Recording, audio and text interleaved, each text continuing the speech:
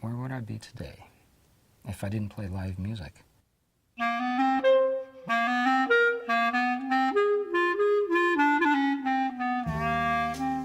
I don't know, I'd be lost.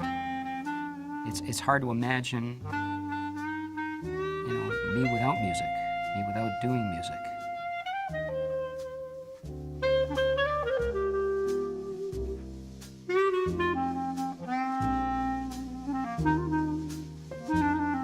What we lose when we're not listening to live music is that magic that happens between the audience and the performer. What is it about a live band that makes a wedding somehow more intimate, more special?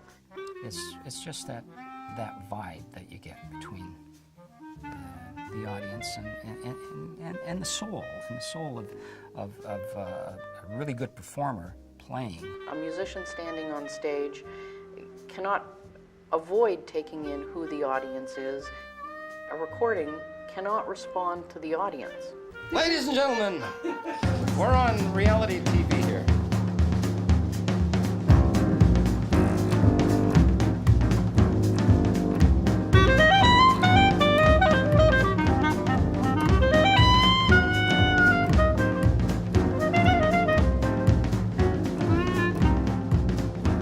I think the live experience is really, really important to the quality of life. It's just this rush that you get inside of you.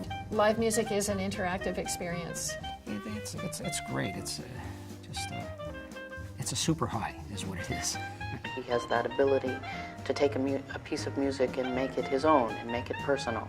And when people hear it, they respond to that. There's a sense that somehow, in listening to Bob play, they're touching him and he's touching them. Thank you.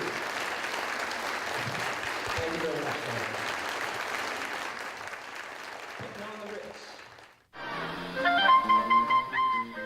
Back then, I was working all the time. I was working like 3-4 nights a week.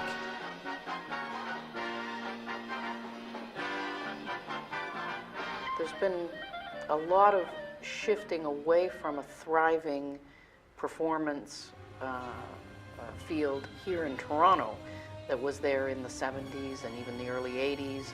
And at some point, I would think late 80s, early 90s, that really took a dip.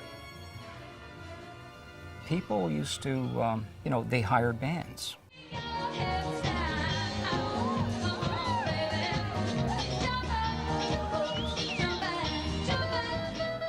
For whatever reason, whatever celebration, oh, we have to get a band.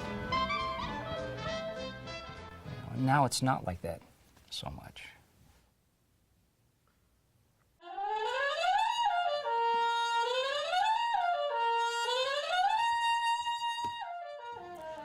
Live music is a problem. People used to try to get recordings to sound like the live performance. Now it's the reverse. Okay. The live performance is trying very hard to sound like the recorded performance because you can contrive it, you can control it.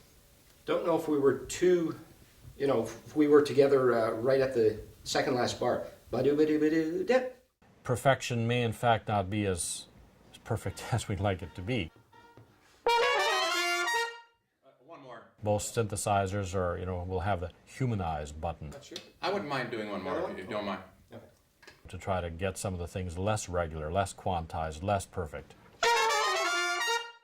So it is helping the perfection of the final product. That's fine. That's it. Yeah, easy.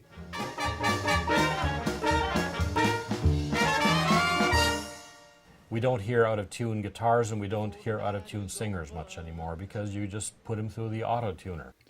May I ask you, before the night is over, to take a spin on the floor with me? And suddenly that voice, which is slightly out of tune on that note or had a bad moment there, just gets pulled into tune. Yeah, I might as well know the arrangement when I have to do it live. It may be dehumanizing in some ways. It's really put the horn player, the live musician, just out of the picture. play. Play, and then, yeah. And as far as, Yeah. yeah, you have 2 solos on it, so Yeah, that so I'll makes give sense. You Lori could give one, Lori give So one. letter L for what? For 16 bars, is it? 16 bars. Yeah, okay, fine. Okay. I think maybe we're looking at something that is something like the Industrial Revolution. You'd call this the technological revolution, I guess.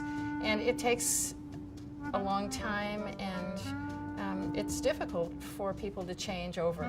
Technology has certainly had a tremendous effect on the music industry and live performance and the kinds of career directions and job opportunities that exist for musicians. I hope that musicians continue to have opportunities to play, especially live.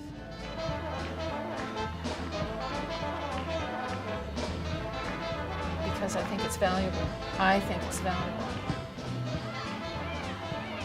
Do other people? I guess that remains to be seen. There are many live acts, but we have so many other options. We don't need to listen to live. We can listen to recorded on wonderful sound systems. No, technology is wonderful, but I guess if you use it together with the live, then it's a beautiful thing.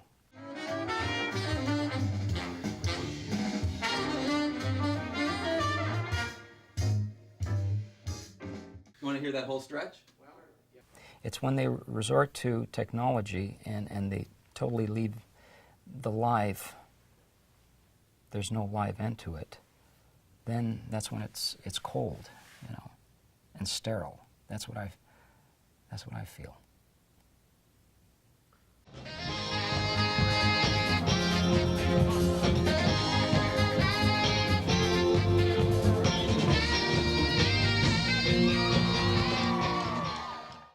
You have to keep working the business too, you know, for it to work for you. You know, it's a business. The CD that's out now, that's a new project for me too. So we're pushing that right now. Look, guys, you gotta save money. Bob doesn't have that much, okay? So try to be professional, okay? Okay, Robin. You're not going to enter this profession because it's paying a great deal of money. Only those few stars who make it to the top get a lot of money. Everybody else is you know, sort of putting in hours and getting basic, you get by. This new project that I'm doing right now, the Symphony Pop's tribute to Benny Goodman, is something new that we've put together.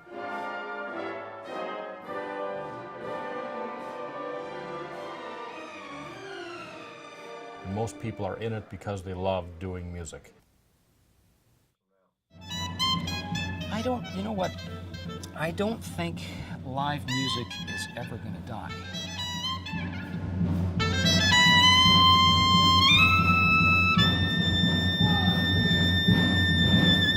Because you need musicians out there. You need people to be relating with your music with the audience.